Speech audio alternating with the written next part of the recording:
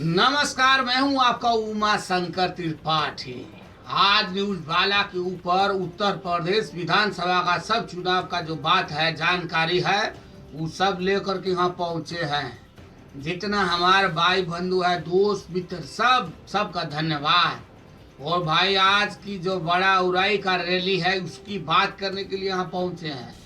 आज पीएम साहब का बड़ा रैली उत्तर प्रदेश में, और उत्तर प्रदेश में आज पीएम साहब का एक जो अलग से विषय रहा, बीएसपी, बहुजन समाजवादी पार्टी। अगर इससे पहले का रैली की बात करें तो इससे पहला रैली में पीएम साहब ने ये कह सकते कि उत्तर प्रदेश के लोगों के साथ बातचीत की और कहा कि मुझको तो उत्तर प्रदेश ने मेरे को गोद ले लिया। इसके ऊपर नोटिस जारी हुआ। तो उसके बाद फिर जो दूसरा रैली था, उसमें पीएम साहब ने जम करके ये कह सकते हैं कि समाजवादी पार्टी और कांग्रेस पार्टी के ऊपर हमला किया। लेकिन आज का उराई रैली का अगर बात करें तो बीएसपी, बहुजन समाजवादी पार्टी के ऊपर बड़ा हमला किया। बुंदेलखंड का बात करें तो भाई, इस क्षेत्र में आज बड़ा रैली था। बीएसपी का नाम बोले बदल गया है। पीएम मोदी साहब ने बोल दिया कि बीएसपी का नाम, अब नया नाम उसका जो रखा है, बहनजी संपत्ति पार्टी, बीएसपी, बहनजी संपत्ति पार्टी हो गया है। उरई में पीएम मोदी साहब ने ये बड़ा कटाक्ष किया बीएसपी के ऊपर। पीएम मोदी साहब ने कहा कि आज बसपा पार्टी देखिए कहां से कहां पहुंच गई। कभी सोचा आपने? ये पार्टी 8 नवंबर का उन्होंने बात बोला कि 8 नवंबर को जब मैंने टीवी के ऊपर आकर कहा कि जिन बड़े बड़े लोगों के पास ये कैसे गरीबों का लूटा हुआ पैसा है, हजार का नोट है, 500 का नोट है, वो नोट गरीबों को लौटाने होंगे।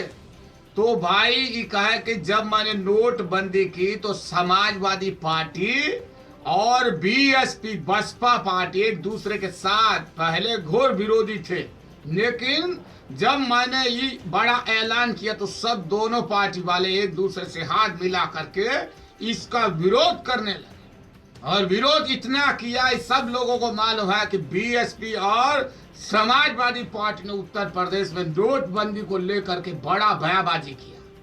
तो ये कह सकते हैं कि दोनों एक दूसरे के साथ मिल गए हैं। नोटबंदी के खिलाफ ये दोनों बोले हैं। तो कहा है कि बीएसपी बहनजी संपत्ति पार्टी बन गया, बहुत पैसा बना करके रखा है, सब एक झटके में ला करके बाहर निकाल करके रख दिया है। और इसके साथ बहन जी ने कहा है कि नोटबंदी के ऊपर पूरी तैयारी अभी तक उन्होंने नहीं की थी, जिस बात को लेकर के बहन जी को बहुत गुस्सा है। और कहा कि सरकार ने नहीं की थी ये तैयारी, लेकिन नोटबंदी से ज्यादा परेशानी की बात किसको हुआ? जिसके पास ये बड़ा नोट पड़ा था वो ज्यादा परेशान हुए। ये मान रहे हैं कि सरकार का संपूर्ण तैयारी नहीं था नोटबंदी को लेकर के, लेकिन सबसे ज्यादा परेशान कौन हुए? जिनके पास ये नोट पड़ा था।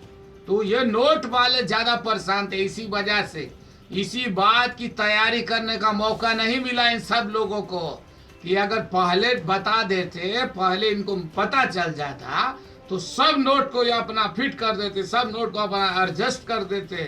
तो ये कह सकते हैं कि अब भाई बीएसपी का नाम बदल गया है, बहुजन समाजवादी पार्टी नहीं, बहनजी संपत्ति पार्टी बन गया।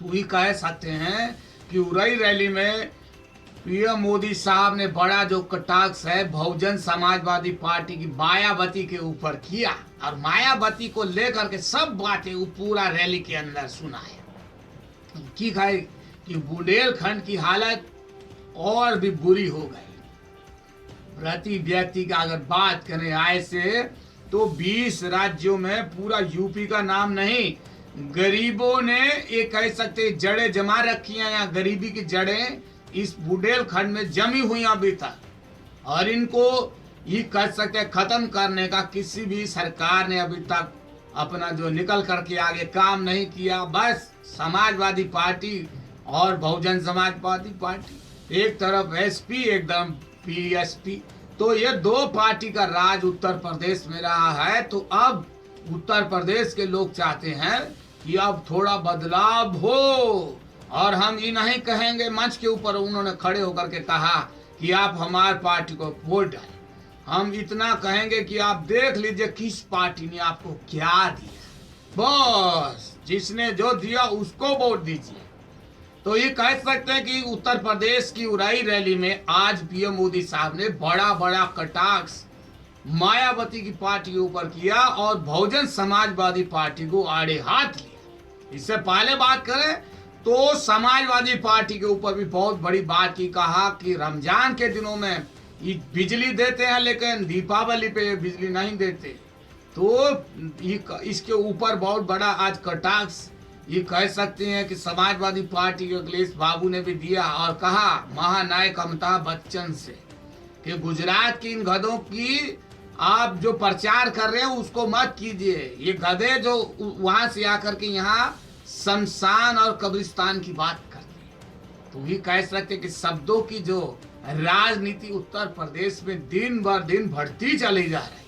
अभी 3 चरण हुआ है, 4 चरण का मतदान अभी बाकी है। तो सोचिए बाकी 4 चरण में बड़े बड़े ये राज्य नेता क्या क्या बोल सकते हैं, ये सब आपको दिखाएंगे आज न्यूज वाला चैनल के ऊपर। आप सब लोगों का बहुत बहुत धन्यवाद, हमारे चैनल के साथ आप बने हैं, आपका धन्यवाद करते हैं। आप मुझे दीजिए इजाजत, सबको बोलेंगे राम राम।